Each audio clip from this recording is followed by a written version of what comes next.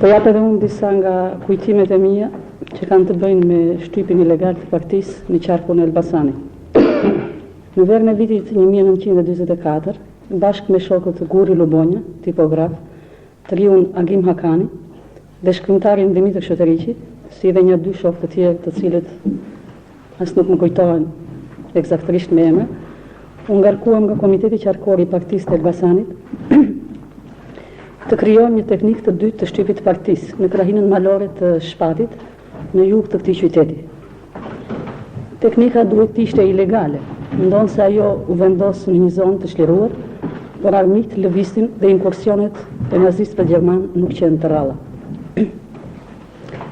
Baza e shtypit të qarkut ton do të nxirrte dhe do të përhapte komunikata, trakte dhe materiale të tjera propagandistike në të qarkun ton, që nga Qermenika në Gramsh dhe që nga Quksi në Peqin. Si vend i përshtatshëm për të ruajtur konspiracionin e madh në të cilën do të punonin, u zgjodh fshati Stërstan, fshat shumë i përhapur, me shtëpi të rralla, maj kodrinave në përshkore dhe pyje. Punishtja jonë tipografike, kështu do ta quajnë unë atë, u vendos në një kasole baktish të aktivistit të luftës nacionale shërimtare Lef Shapev.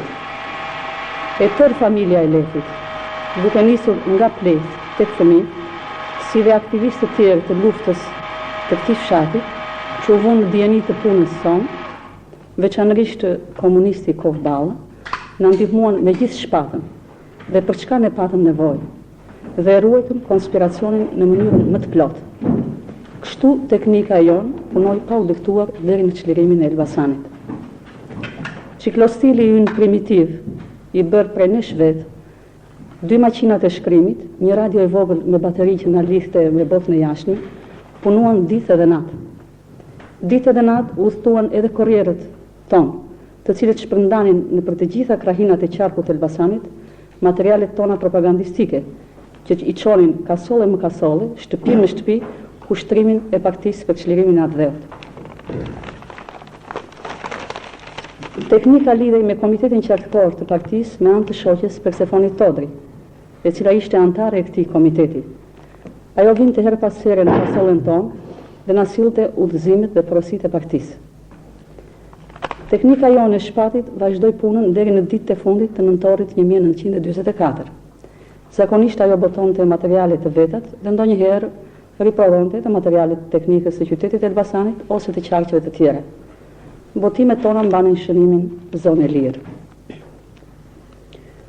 Pas çlirimit të qytetit, nga fundi muajit nëntor, ne u vendosëm në Elbasan, ku menjëherë vijuam të botojmë një buletin prej 2 faqesh në shtypshkronjën e ish fabrikës së cigareve Saide. Ky buletin kishte karakterin e një gazete lokale, me krye artikuj, me artikuj informativ, lajme, lajmërime e të tjera. Rreth tij u aktivizuan një numër bashkëpunëtor. Në fillim të vitit 1945, buletini jonë ja la vendin gazetës Shkumbini. Vështirësitë e mëdha teknike që dollën në atë kohë lidhur me botimin e kësaj gazete, i kaluam me ndihmën e punëtorëve të shtypshkronjës, të cilët ishin aktivistë pjesëmarrës të luftës sonë, dhe tani u mobilizuan pa u kursyer për ndërtimin e kulturës sonë të re. Kjo është me 2 fjalë rruga e lindjes së shtypit popullor në qarkun e Elbasanit. Shumë nga ne që shkruam në atë kohë nuk dinim ç'ishte gazetaria, dhe as që kishim shkruar ndonjëherë.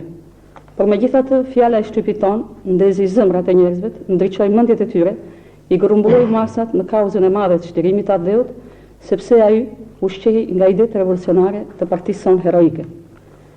Gjithë periudha e luftës, ashtu si edhe periudha e viteve të ndërtimit socialist, të fitorëve të mbi vështirësitë, mbi armiqt e shumë dhe të pabes, mbajnë edhe vulën e shtypit ton popullor të udhëhequr nga partia. Faleminderit. Këto ishin disa pakujtime që pa parasysh më shumë që t'ju vlenin për dokumentacion.